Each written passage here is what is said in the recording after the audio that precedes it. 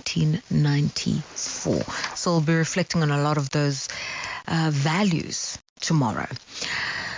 It's 10:39, and I want to tell you that Denmark, Switzerland, France, Luxembourg, Mauritius, and Japan are some of the cleanest countries in the world. They feature on a list of top 10 cleanest countries in the world according to the GPCI index.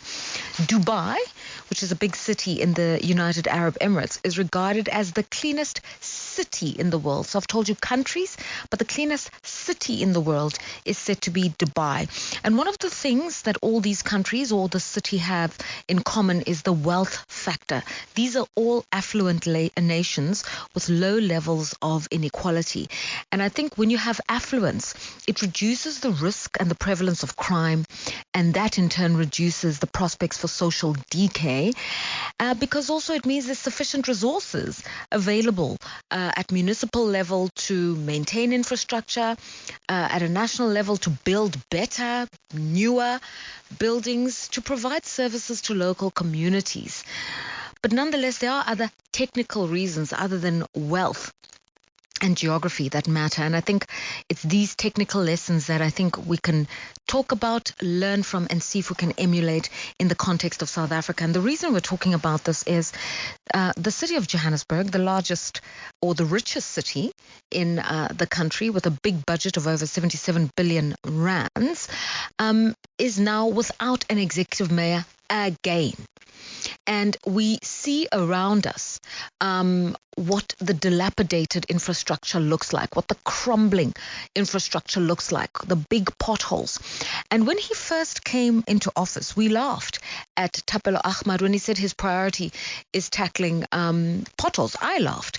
But actually, hindsight, you think to yourself, it was a good place to start, because in a city that is directing a lot of goods and services that accounts for 1/3 of the country's GDP, you can't have roads in disrepair, and yet you've got to really facilitate the logistics of how goods move around the city. So actually, sorting out the roads becomes one of the fundamental pillars of cleaning up the city.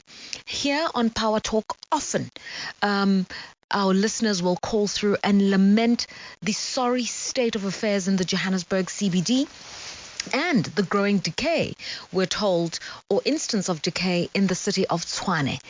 And people saying it doesn't look like the way we used to remember old Joburg or the way we used to remember old Pretoria.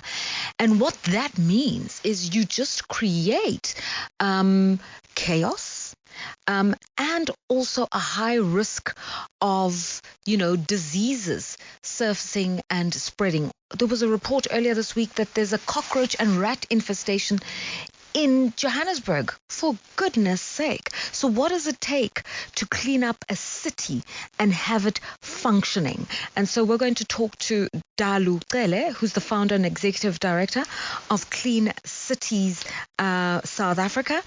And we also have Nosipho Hlatshwayo, who's the executive manager for programs at the SA Cities Network. Nosipho, good morning.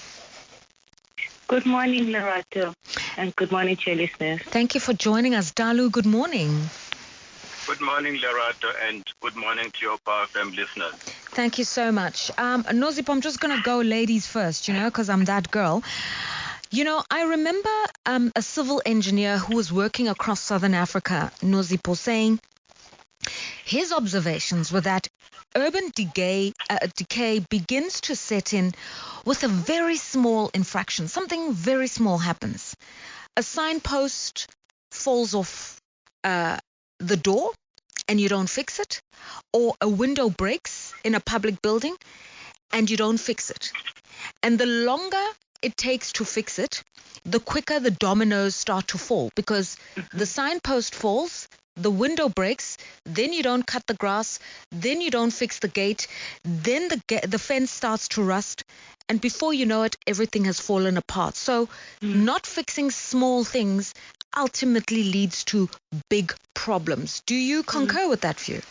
Lerato has just spoken to what is termed the broken window theory, which says when there are visible signs of disorder and misbehavior in any environment, it encourages further disorder and misbehavior, and that leads to other serious consequences. And we see that in reality in our urban spaces. Now, the question, or maybe the biggest thing that we are dealing with, is why does the first offense happen, and who is responsible for fixing the first offense, so that we assign responsibility and accountability accordingly.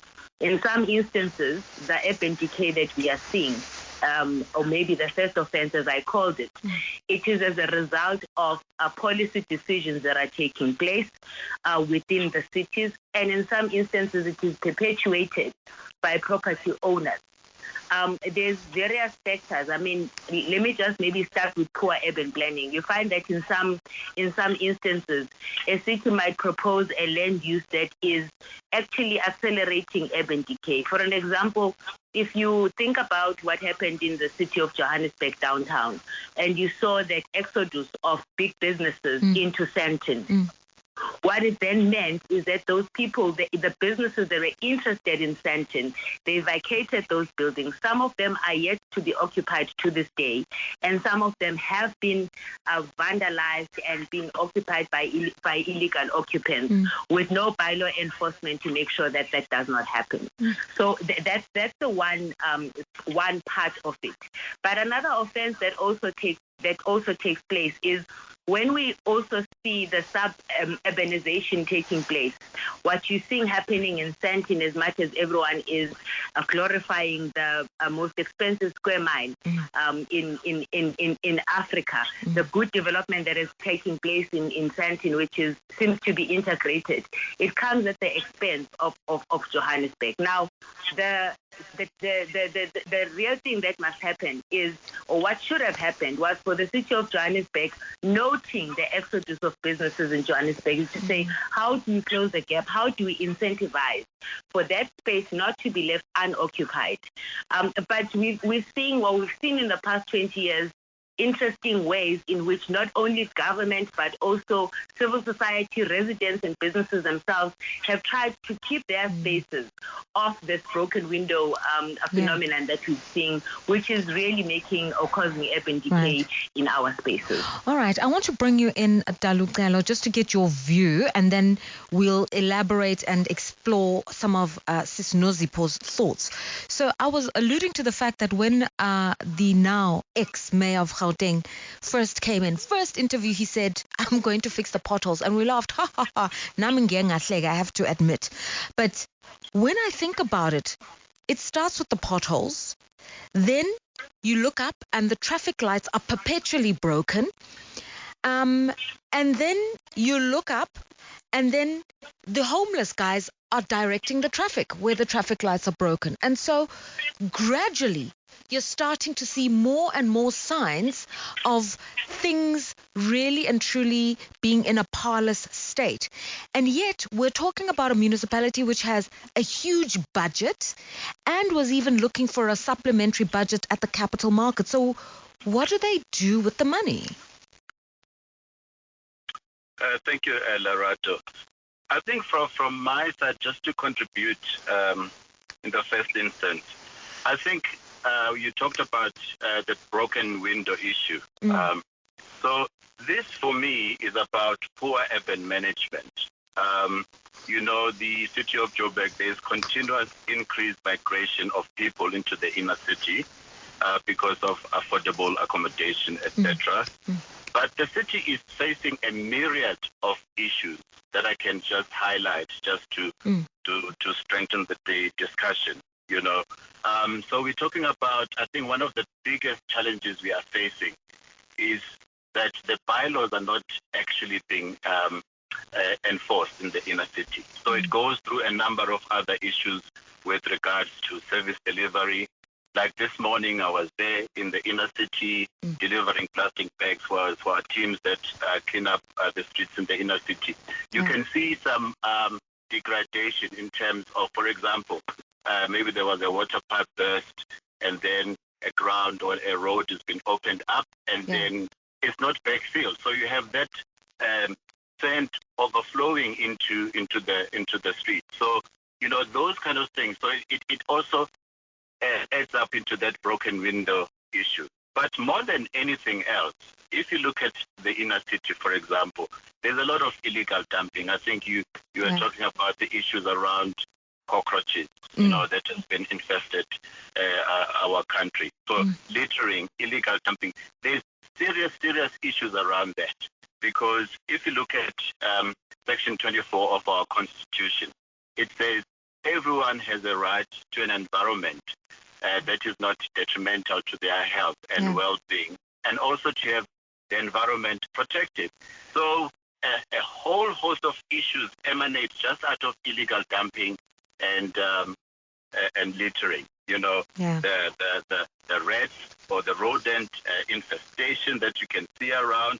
I mean, the kids can play around within the illegal dumping sites, bacteria and all of that. So it's a serious issue if our cities are not clean.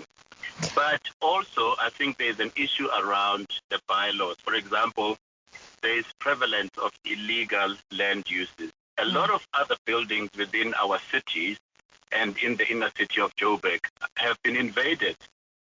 So there's people that are using those buildings illegally.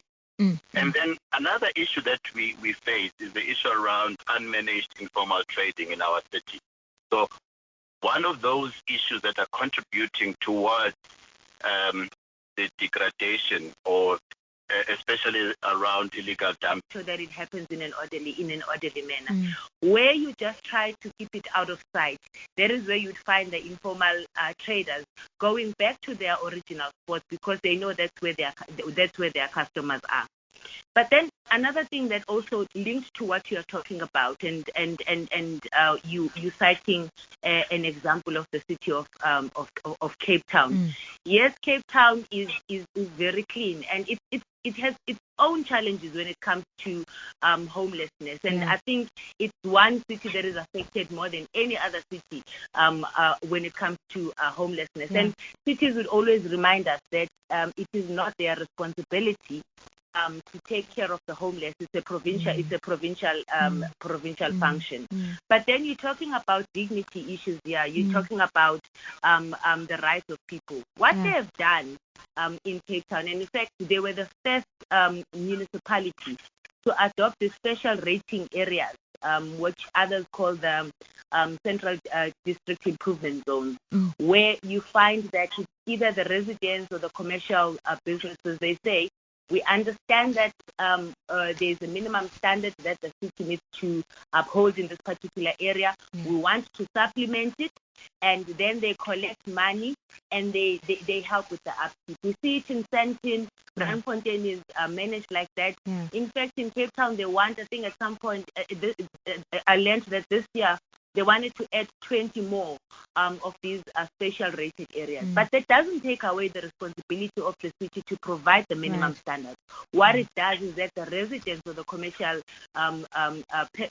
persons there, they say they will supplement. And that's why you may see maybe in some instances more cleaning people in Cape Town, because it's those added resources outside of government. And also, just to qualify, Sis Nosipho, and I'm glad you're saying, homelessness, in as much as it presents a problem in inverted commas, it needs to be handled with sensitivity and dignity. And just because we see a semblance of order in inner city Cape Town doesn't mean there's order in the outskirts of Cape Town. And those are also the issues we need to discuss when we talk about Cape Town. We have to qualify what it is that people see in the tourism economy of Cape Town and what the rest of the city looks like.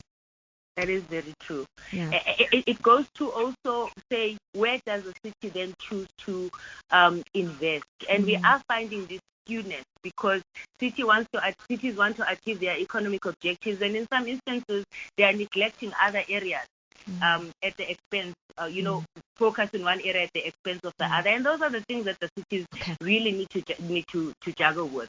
It's the principle of equitability more than equality, but making sure that at the end of the day, a person is put at the center of whatever developmental decisions that the city is made. We're in conversation with Dalu Mbele, founder and executive director of the Clean City South Africa NPC, and Nosipho Hlatshwayo, the executive manager for programs at SA Cities Network. We'll come back with closing comments. You must be wondering how I went from watching the polo to having one of my horses on the field. I chose to invest in a Nedbank Electronic Optimum Plus account. That's how. Seriously? Seriously. Get a rate of up to 13% after 60 months on a Nedbank Electronic Optimum Plus account. Now everyone can open an investment account on the Nedbank Money app. Join the bank that's best for your savings goals. See money differently. Nedbank. We're a licensed FSP and registered credit provider. T's and C's apply. You need to avenge my death. Time. We don't have time. Snash cut. There's a line between light and dark. You've crossed that line. Nothing gets buried forever. Secrets are not the only thing God can bury. Wena wedwa ngangisiza ngalento. Smoke and mirrors. Tonight at 9 p.m. on ETV, your home of great stories.